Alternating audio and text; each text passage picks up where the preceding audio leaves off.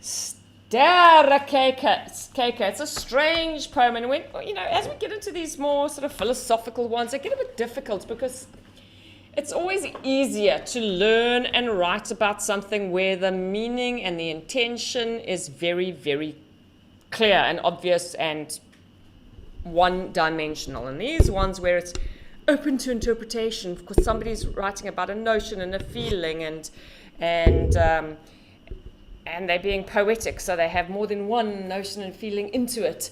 It becomes a lot more difficult, but don't panic, because with the English and Afrikaans, as long as you can substantiate or back up or prove the interpretation that you are taking, you'll be fine, so long as it is an interpretation that's connected to the poem. Okay, so you're not going off into la la lulu land. Right. So there stands this person. The basic poem is about, on the one hand, it's about love and it's about trust. And on the other hand, it's about purpose and immortality. So on the one hand, this poem is about somebody saying that, they're not really doing it, but they are writing a letter to the man on the moon, okay? And the whole idea of the man on the moon is that it doesn't exist. All right. If we say, oh, please, you might as well tell the man on the moon. It's a bit of an idiomatic expression. The myth of the man on the moon is that, yeah, right, die man op die maan is net 'n myth. Hy is nie 'n realiteit nie. En as jy sê, die man in die maan, praat jy oor iemand wat nie werklik is nie. So the man on the moon does not exist. It's not a reality. If you talk about the man on the moon, you're talking about something that is a pipe dream, is a myth, is not in existence. So this person says they write a letter to the man on the moon and they shoot this arrow up into the sky, poof, and then it explodes basically into like a whole lot of it goes round the moon and becomes, I guess metaphorically, a whole bunch of thousands of stars, and then goes, I wonder, did the man on the moon ever actually get my letter? Or, what's going to happen with it? So, and we'll dig a little bit more into it, but I want you to think about the multiple meanings of it. The one is kind of like, I am sharing my love and my heartfelt emotions to a not real entity, because if it's not real, if it's a man on the moon, they can't betray me, they can't hurt me, they can't tell other people. On the other hand, it's like, I'm writing stuff out there into the sky, to hope that somebody sees me, somebody hears me. And I suppose as a poet, they're going, is anybody going to hear my poem, read it, remember it, notice? And I guess on the other thing, it could be there's a spiritual connection to, well, I'm writing this up to, I suppose in prayer. When people speak in prayer, whatever their belief is, it's kind of like, what is the proof, right? And we're going to be talking into religious ideas with the different poems. This one, there's no particular Christian connection, which you get in a lot of Afrikaans poetry. But this is just about, I also think it's like, is there anyone up there?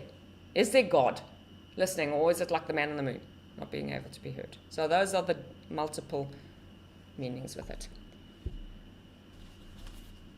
It's ek vertelle. One strophe, one verse. And if we look at it, we don't see any. Yes, we do. We actually see a paarrym at the end. Wees en lees. En jy en gekry. Daar's paarrym of couplette at the end. But there's no discernible rhyme scheme in the beginning. So we call that gebroke rhyme. That means broken rhyme. There is some evidence of rhyme scheme, but it's not consistent throughout. Okay, so ek skryf 'n brief aan die maan, not the man on the moon, right? Bladsye en bladsye vol, en rol dit in 'n koker op, bind dit aan 'n pyl en skiet dit met 'n wilgerboog dat dit hoog in die lug inseil.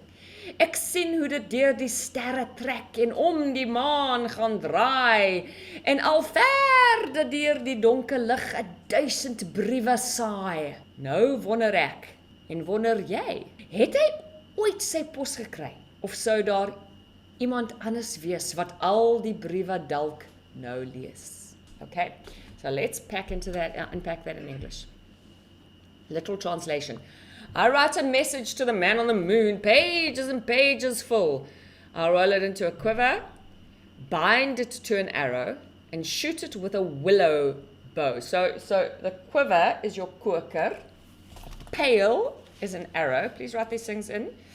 Oh no, but you've got it there. Never mind. Wilgeboof willow bow. That it sails high into the sky. I see how it flies through the stars and goes and turns around the moon, and even further than the sky, 1,000 letters sows. To sow like you sow seeds. Right? Now I wonder, and do you also wonder? Did he ever get his post? Or could there be someone else who reads all these letters now? Okay, let's jump in. There's somebody on the moon, or the moon itself. Okay, the personification of the moon there. It is personificatie because you wouldn't write a letter to an inanimate object, and they also later talk about, did he ever get his post, right? So it's personificatie. En dis ook 'n metafoor. It's also a metaphor as well, okay? So, ek skryf 'n brief aan die maan, and then there's an aandagstreep, that dash, right? Bladsye, and so that's aandagstreep focus ons aandag. It focuses our attention on the important part, that it's the writer wants us to know that it's not just a little note. Bladsye en bladsye vol. And what that implies is that die skrywer of die spreker, nie die skrywer nie, die spreker, hulle hart, they pour out their heart. Hulle skryf al hulle emotions en gedagtes, thoughts, down on this letter. It's a big, important letter. Ek rol dit in 'n koker op. I roll it up in a quiver. Once again, it's like the careful process to get this, okay? En bind dit on a pail, attach it to an arrow, bind it to an arrow, en skiet dit met 'n wilgeboog. I don't know if you ever made, you don't really get willow trees and gardens in KZN, but I grew up in Joburg, and we had a lovely willow tree, and willow branches are amazing. They like bend like crazy. You can swing from willow trees. They're great with a piece of string to make a cling, make a bow and arrow. So there's also a sense of kind of like childhood innocence making that homemade bow, arrow. Dat het hoog in die lug insail, and it goes high into the air. And obviously now we've got a little bit of abstract fantasy situation happening here in the poem, of course. Also the imagery in this, die beeldspraak. Beeldspraak. Beeld means mirror or image. Spraak, speak. Beeldspraak is imagery. The imagery here really brings to mind romance. Romansie. The moon is symbolic of romance. We can't help but think of old fantasy Robin Hood stories with the bow and arrow, and also Cupid. Okay? The image of Cupid comes up. Nou, ek sien hoe dit deur die sterre trek en om die maan gaan draai. The first 4 lines are talking about basically writing the letter and then shooting it. And then the next 4 lines, the speaker then watches how it goes. This arrow with the letter goes around through the stars and around the moon, and then further, even further beyond the moon, beyond that which we can see and understand. Okay? And so it's 1,000 letters. And it also shows the immensity, die grootheid van die brief. Van die betekenis van die brief, the meaning of the brief. How would you say that in Afrikaans? It shows the intensity.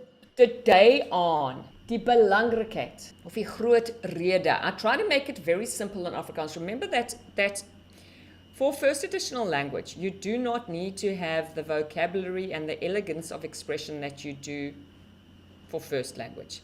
So don't try and say directly translate. Just try, instead of saying like it indicates the immensity of it, just say it shows that it's a big letter.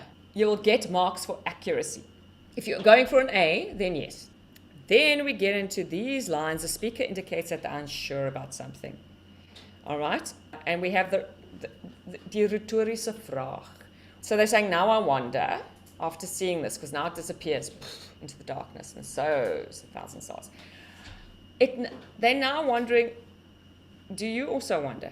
And that they're addressing the reader directly. So those aandagsstrepe, it's like parentheses, okay? They shift their attention, hulle skuif hulle aandag en praat direk met die leser en vra hulle 'n retoriese vraag. Wonder jy? And what that does is engages and involves. So up till this point, whenever you're directly addressed in any piece of writing, it absolutely engages you. For this, you're looking at this person who's like, are they high? They're talking about writing this letter and shooting in the sky and going around like, and then like, whoa, now I'm being asked something. Okay, now I'm forced to think about this on a deeper level. All right? Dit vra om jou, die leser, te dink oor die boodskap, the message van die gedig. Het hy ooit sy pos gekry? Die pos, die hy hier, post is post. The hey here is die maan, of die man in the maan. Did anybody ever hear this? My thoughts, my prayers, the work I put out into the universe. Of sou daar iemand anders wees wat al die briewe dalk nou lees? And that again, yes, Jess. Can you please repeat what you said about why is it important that they're now speaking to you? Whenever a writer directs you and directly addresses the reader, what it does, it involves you, it engages you directly, and it makes you're not now just observing them having the question. You are then forced to ponder the question yourself. So in Afrikaans, you could say that laat die leser self aan die vrae dink wat die spreker self dink. Thank you. There's also a sense of like, oh, flip. I've written this down and I've trusted somebody and I've sent it out there, and it's like, you know the feeling of if you send a text message to a friend that really, really bears your heart and soul. Have you ever had a situation where you have sent something and they've shared it with others? It's hideous, isn't it? And particularly like when it's actually written down. Because if it's something you said, if you're really in shit, you can deny it. Not a good thing, but the point is you have that option. But if it's written down, oh my goodness gracious me. So is that the sense of like, I've written down all this stuff. Now, on the one hand, there's a positiewe connotatie of like they're hoping. Like, has anybody seen it? Has my message been heard? Is there anybody else who's hearing it? Am I alone of not? Is ek alleen of nie? And the other thing is oor vertroue or trust. Can I trust that not only has my message been received, but hasn't been shared with people who I can't trust? Any questions? Any further questions on this little poem? Right? Okay.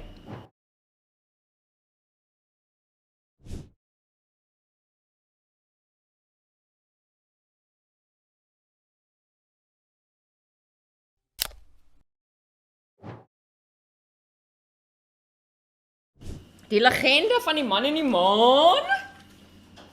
Hy bestaan nie. He doesn't exist. Hy bestaan nie. A fictieve karakter. The other thought is that only the man in the moon knows what luck or love a person's going to find. Because that's another thing that could be connected. Net die man en die maan weet wat geluk jy sal vind. But you get your mark by saying hy bestaan nie.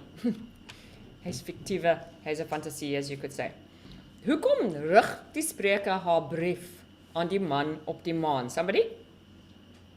Hy kan nie haar geheime met ander mense deel nie. You could also say hy kan nie haar geheime verklap nie. If you want to be fancy. Anybody got another answer for that? He can't share the secret. Could you say that she wants someone to speak to? Sy wil iemand hê om mee te praat? Yes, I would go further on. Sy dink die man of die maan sal haar verstaan. So it's a case of like, humans aren't going to really understand me. It's like this person that can understand what's in my heart and my soul.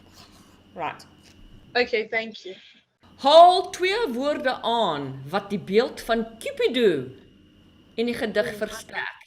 What do you think indicates Cupid in the words that connect to Cupid in the poem? Okay, what's that in Afrikaans? Pale in, ja, wilgeboog. Beeld, just make a note there, that beeld means image. Watter tipe briewe skryf die skrywer dus? So they're saying thus. Dus means thus. If we've got Cupido, yeah, Jess. Liefdesbriewe. Liefdesbriewe. Natuurlijk, if we're looking at Cupido. Waarvan is die maan gewoonlik 'n simbool, Sophie? I said romance. Perfect. Romanse, even liefde you could have.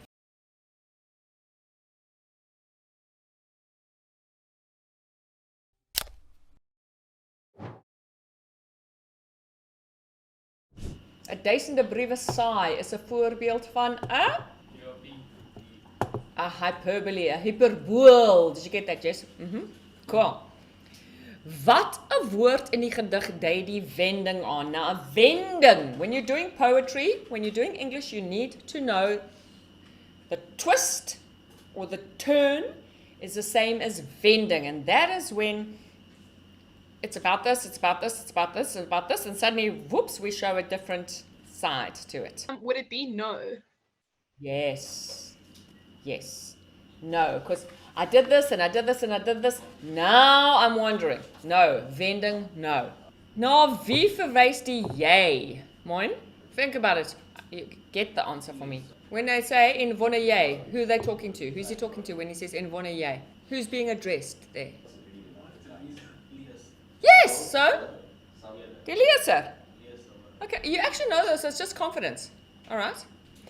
Waarom plaas die digte reël 12 in parentese? Okay, so just parenthesis, folks. Parenthesis can be brackets, it can be commas, it can be dashes. Parenthesis means like a little aside. And I always think, if parentheses are in brackets, it's like a whisper. Okay, so my puppy Tilly is a giant schnauzer. Right? Dashes. Our puppy Tilly, who's asleep under my desk right now, it's a bit of a shout. Why is real 12 in parentese? Can you give that a bash, Soph? Would it be to emphasize that they're asking you the question? Ja, beklemtoon. So there's a few answers. The one could be that it emphasizes that you are now the speaker is being addressed. It also is, you usually do parentheses to show information that is additional or aside. So dis informasie wat buite of inligting wat buite die vloei van die gedig staan. Dis addisionele informasie, you could say that. You're never going to get it wrong if you say the parenthesis is for additional information. Thank you. Every time you see parenthesis for Afrikaans and they ask you about it, addisionele informasie. Extra inligting, you're right, it's fewer letters. Mr. Peer, hoe hou die titel met die thema? How does the title tie in with the theme? So, what they're basically asking is that, say, soek antwoorde oor liefde in die sterre. She searches for answers about love in the stars. Say, soek na antwoorde. So this thing is about really looking for answers. And you can see the ending is like, now I'm wondering and what are you? And he's asking for answers specifically about love because all the Cupid and Moon imagery. Well done for focusing all the way to the end, and well done for investing some time in your future marks. It's gonna pay off. If you'd love us to keep creating free content that's relevant to your matric exams, not just Afrikaans gedigte, we do have other subjects and other topics coming up. Please like and subscribe and share this with all your friends. And don't forget to follow us on all our socials. The details are in the description below.